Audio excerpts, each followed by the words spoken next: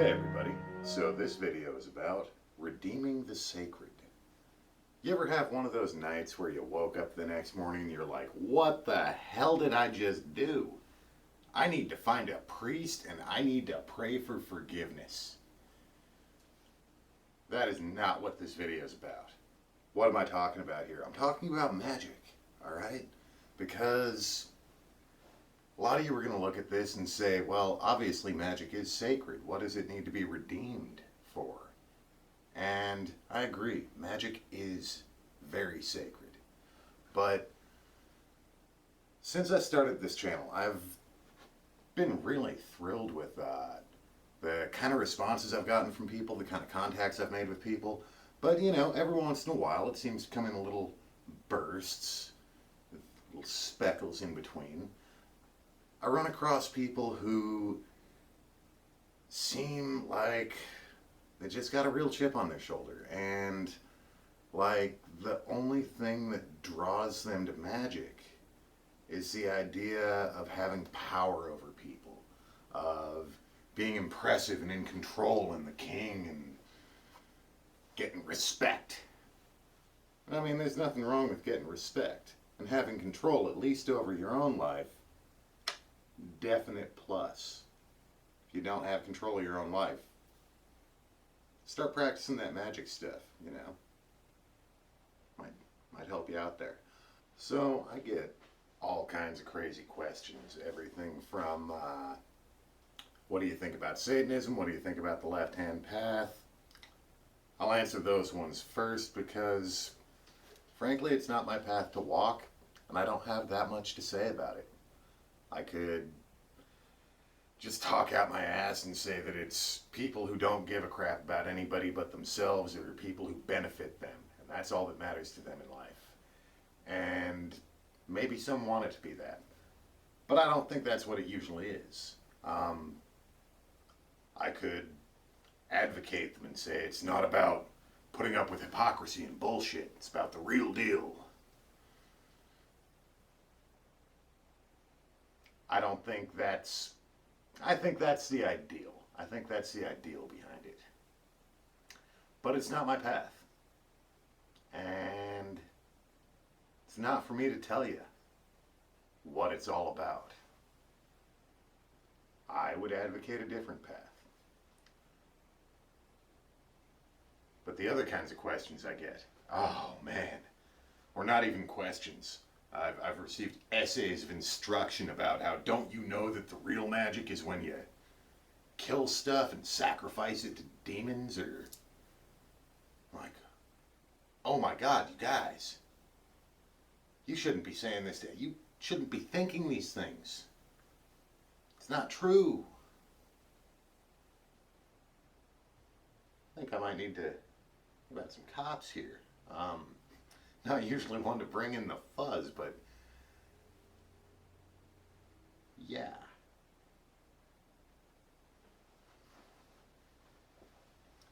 So where am I going with this? Oh yeah, and for the people who want to know about warlocks and Darth Vader and etc., ask someone who knows. My understanding is that the term warlock, at least originally, was not a compliment.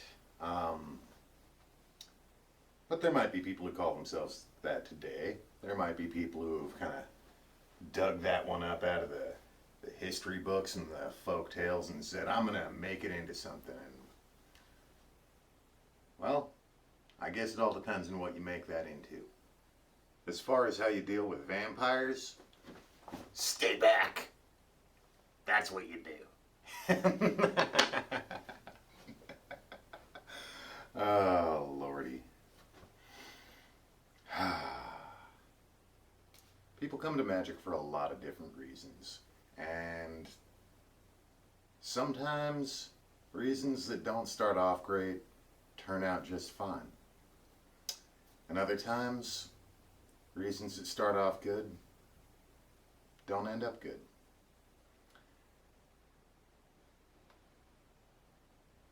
And this whole process of redemption, all right? I'm not talking about asking the holy ones to forgive you for being shitty or stupid. And I'm not talking about bothering people that you've wronged in the past and trying to get them to forgive you so you can feel better about it. I'm talking about redeeming your life, your energy, your mind, your heart, your soul. Because this whole concept of humanity being fallen,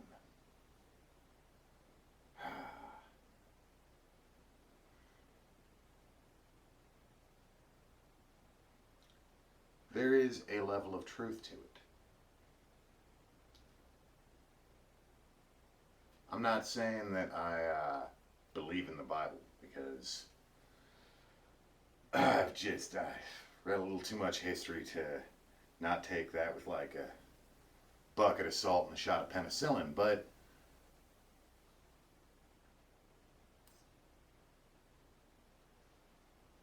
the pain, the disempowerment, the struggles that lead a lot of people to be attracted to something like magic that offers, at least in theory, the potential to be more powerful, to be in control, to be healed, to be in harmony,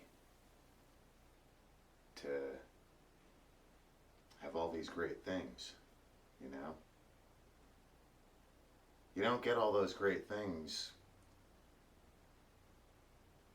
by desperately wanting them. Sometimes you just don't get them. And sometimes that's actually part of your path. That's not to say that sometimes you don't get great things, or that no one will, or that you're not supposed to. I'm not trying to say that. There is power in magic, but the power of it doesn't come from fixating on the satisfaction of number one. And it doesn't come from the list of things that you hate about life.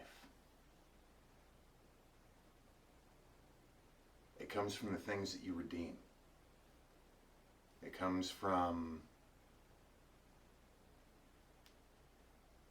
the unholy things that you make holy.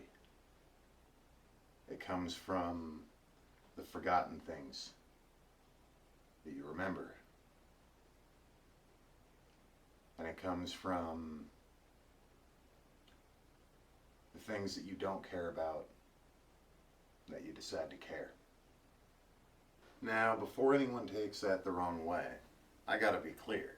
I'm not telling you in any way, shape, or form to be enslaved by another human being. Alright? That's not caring.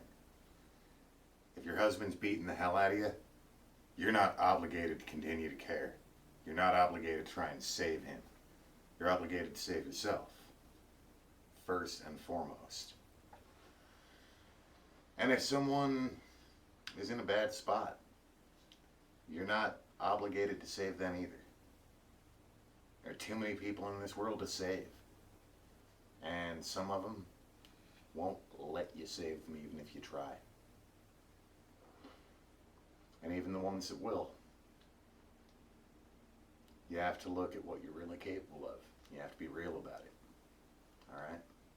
If you ever run across a kitty that needs to be saved, well, that's God's work right there. That's the goddess. Yeah, you smile at me. But, out of all of this whole idea of caring, it starts with caring about yourself. And I think that is what a lot of people who embrace very dark imagery, and sometimes even very dark practices, hopefully not too dark, but, you know, people feel disempowered and they feel like they've been conditioned to feel like they're obligated to servitude and that they themselves don't matter. So in order to learn to care about themselves, they go for the opposite polarity. But at some point in time, to take this art of magic to its real fruition, to get any true power that's not corrosive and corrupt and destructive even to the person who uses it, it's got to go beyond you. You got to redeem the world you live in. You got to redeem your own beliefs and your own heart, your own ability to connect and to care and to love. You got to redeem your hope for the future and your hope for the present. So let's talk about the right-hand path for a minute, because sometimes the right-hand path has a lot that needs to be redeemed as well. There's this idea that, this deep-seated conviction that a lot of people have, that we're somehow trapped in the cycle of reincarnation, that the entire world is inherently evil, dark, that the path of the magic of the light is the path of escaping from this horrible dimension. That's not redemption. That's not why we're here. We weren't doomed here as some kind of punishment or hell. We're not the lost ones. Not unless we lose ourselves. But this world needs to be redeemed. Our hearts need to be redeemed. Instead of giving up on this place and running away, or giving up on hope and taking power in its place, we need to embrace the power of love, the power of connectedness, the power of charity, as far as we can.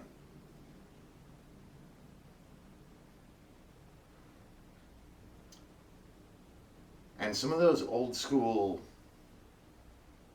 virtues that can have this real traumatic reaction that it brings out in so many. Like being humble as a virtue. That coming from this guy who puts videos of himself on the internet might seem kind of like, yeah, humble. Yeah, right, bud. But I know my shortcomings.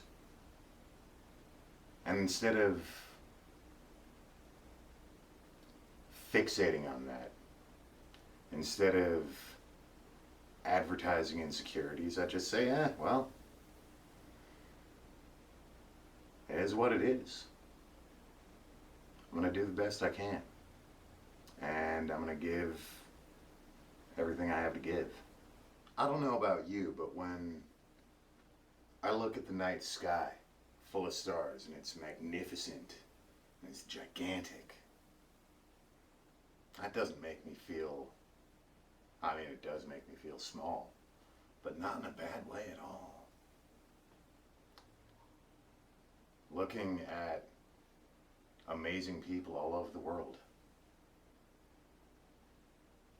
who have so much greatness, that doesn't make me feel bad either. And it shouldn't make you. And when we're talking about the goddess, the gods and goddesses, when we're talking about God, it doesn't mean that by allowing yourself to at least contemplate the idea that maybe there's something older and vaster and wiser than any of us have ever been and may ever become. Certainly not in this life. That's not about being indoctrinated. It's not about being enslaved by the Anunnaki. It's not about humiliating yourself or feeling empty inside.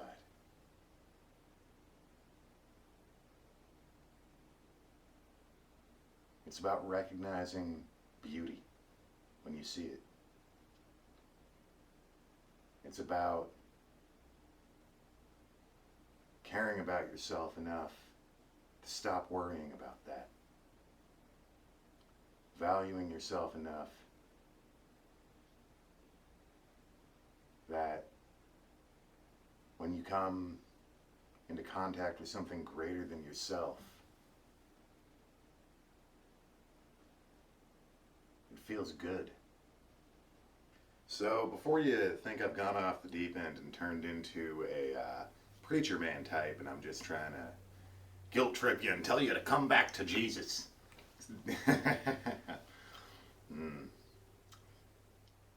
There's a God I actually have a hard time being respectful toward the existence of. For some reason, blame it on his followers. Let's put this in a more, let's put it in an egocentric framework. Why not? So,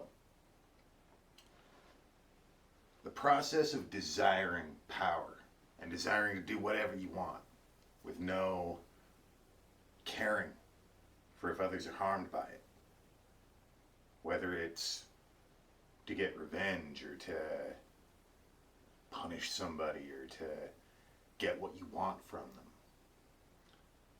And you're just saying, I'm going to take what I'm going to take, and you build this wall. Then the idea of something pure and holy seems like something you want to hide from, or something you want to denigrate. And you might think you're exalting your own power, but you're not. You're losing power. You're losing all of your power. Damn near. Because magic, some of the power behind it is kind of like electricity, you know? It's got to have a clean circuit to flow through. And you're not the whole damn circuit. You're just one little light bulb on it. And if you go cutting yourself off from the power source, the bulb goes dim. Doesn't mean you're not going to have any power. You'll still be alive.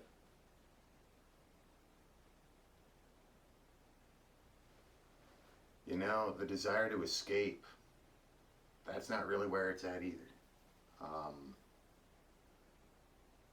It's like if you're the light bulb and you want to stop shining. Want to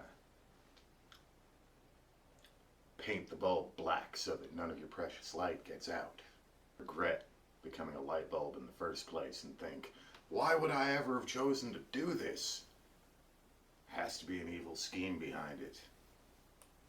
And you know, yeah, pay too much attention to what political leaders do. Man, does the world look like a dark place.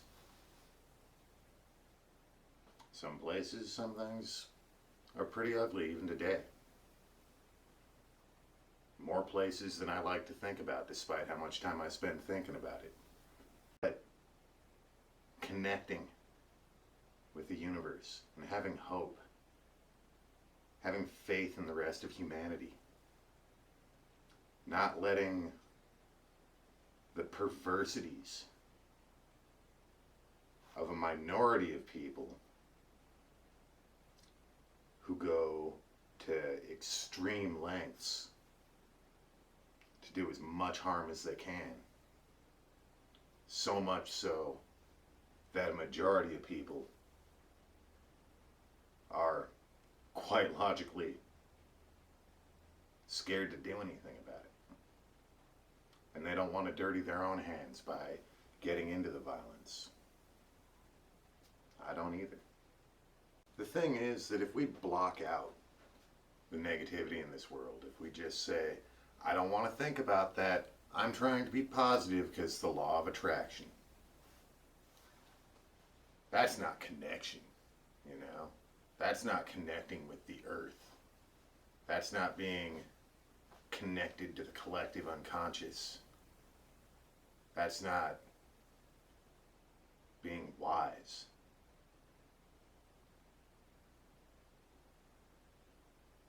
The disease can't heal if all the nerves get cut off and the whole being is just like, well, it's gone. And at some point, this majority of people on the whole planet, who regardless of what petty, trivial nonsense we disagree about, by and large, be happy to live as neighbors. Be happy to help each other out and be friends, even when we don't see eye to eye. At some point in time, we have to find a way to acknowledge and recognize the things in life, in the rest of the world, outside of our own bubble, that are all messed up, and realize what's wrong in our own. Not so that we can mope and be sad, so that we can lose our courage and our light, but so that we can redeem as much of this world as we can in the time that we're here. Made a video pretty recently about the goddess. And quite a few decades here, maybe even a couple of centuries, people have been doing everything they can to redeem her name. Her names.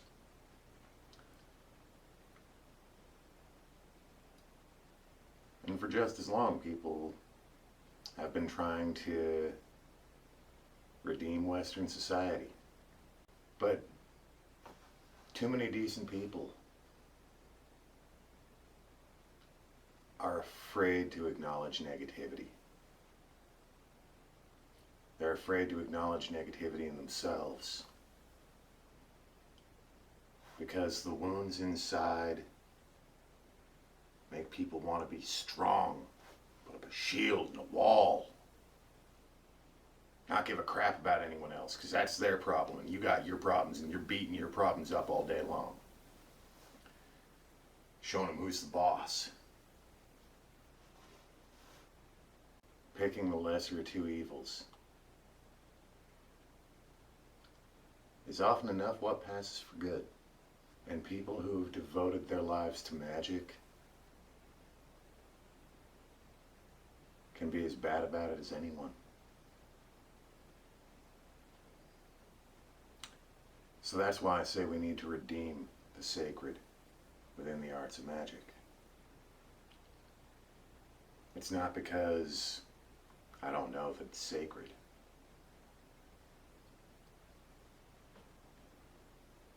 On some level, I think we all know that. If you really want magic to be something dark and terrible, and that's where you want it to go, it's a rough road to walk. A very rough road to walk. And if the idea of religion kind of grosses you out, because look what it does to people, that's fine. Instead of saying sacred, put in a different word that means good and connected and healthy and happy, with love and joy, can thrive. Where men don't feel the need to define themselves by how strong and in control they are, and women don't need to feel that being able to manipulate and control through subtlety is where they get their worth and their strength, and vice versa. Because we're not as different as we pretend to be. Those stereotypes, those, like the ones I just spit out there, those are the illusions. That's why those things mess you up. When you try to become a stereotype, when you idealize something to the point where it overgrows into a cancer and everything else is deprived of life. You need to diminish and bring everything up within yourself and within your life until it's a harmony. Breaking the rules out of rebellion and anger and despair is not the same thing as transcending them and changing them from a place of truth. To be the wise and the powerful, gotta start by giving up on the craving for power and embrace some of those old school virtues, like being kind of humble and nice, caring. I think that's about all I have for you today, brothers and sisters. Until next time.